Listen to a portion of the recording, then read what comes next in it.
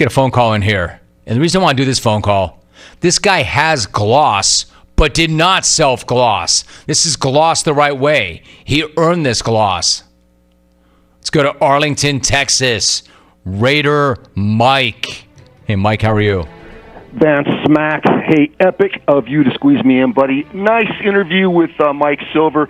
I've been reading that dude's work since he lost his wallet in El Segundo. Look, Jim, we're not getting glassy-eyed over beating a worthless Cardinal team in preseason, nor am I jumping off any bridges over Antonio Brown. And by the way, let the record state that I was against that trade. But, Jim, I saw something on Hard Knocks that was very, very cool. Now, Van Smack, you and I are both about the same age. We both grew up watching NFL football in the early 70s. Yeah, I became a Raider fan after the Immaculate Deception. You followed the Steelers. We were both fans of that rivalry. So when I say that Cliff Branch changed the prototype for wide receivers in the NFL, you know what I'm talking about. You are definitely smoking what I'm rolling. A couple of weeks ago, Raider Nation lost a legend, and the team came out and honored him in camp by busting out his number 21 throwback jersey. When Cliff Branch retired in 1985, Jim, he trailed only 10 players in career receiving yards. As we speak right now, the man is still fourth all-time in playoff receiving yards and 10th in receptions. Not only was Cliff Branch huge in big money games, he was 4 times a Pro Bowler, 3 times All-Pro, and 3 times a Super Bowl champ. Hell, the guy revolutionized the wide receiver position, playing across from Freddie Biletnikoff as a number 2 wide receiver in an era which de-emphasized the forward pass. Consider this, Jim. From 1970 until 1979, the year that Mel Blount put those rules into effect, NFL receivers topped the 1,000-yard mark only 17 times, and Cliff Branch had 2 of them.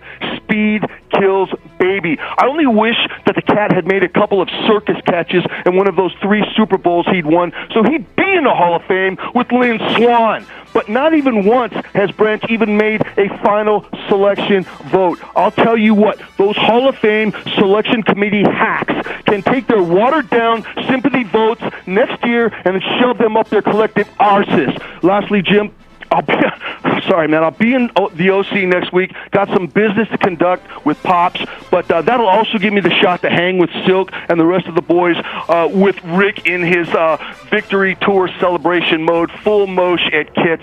Thanks, Jim, again. Thanks, man. I'm out. Raider Michael.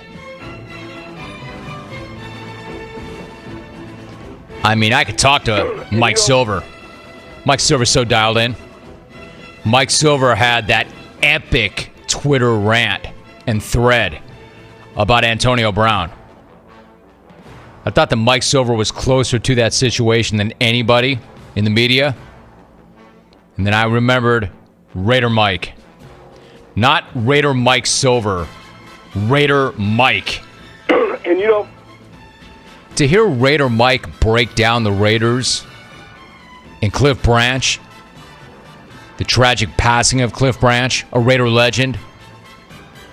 To listen to Raider Mike pontificate about how wrong it is that Cliff Branch is not in the Hall of Fame is to hear a glorious thing.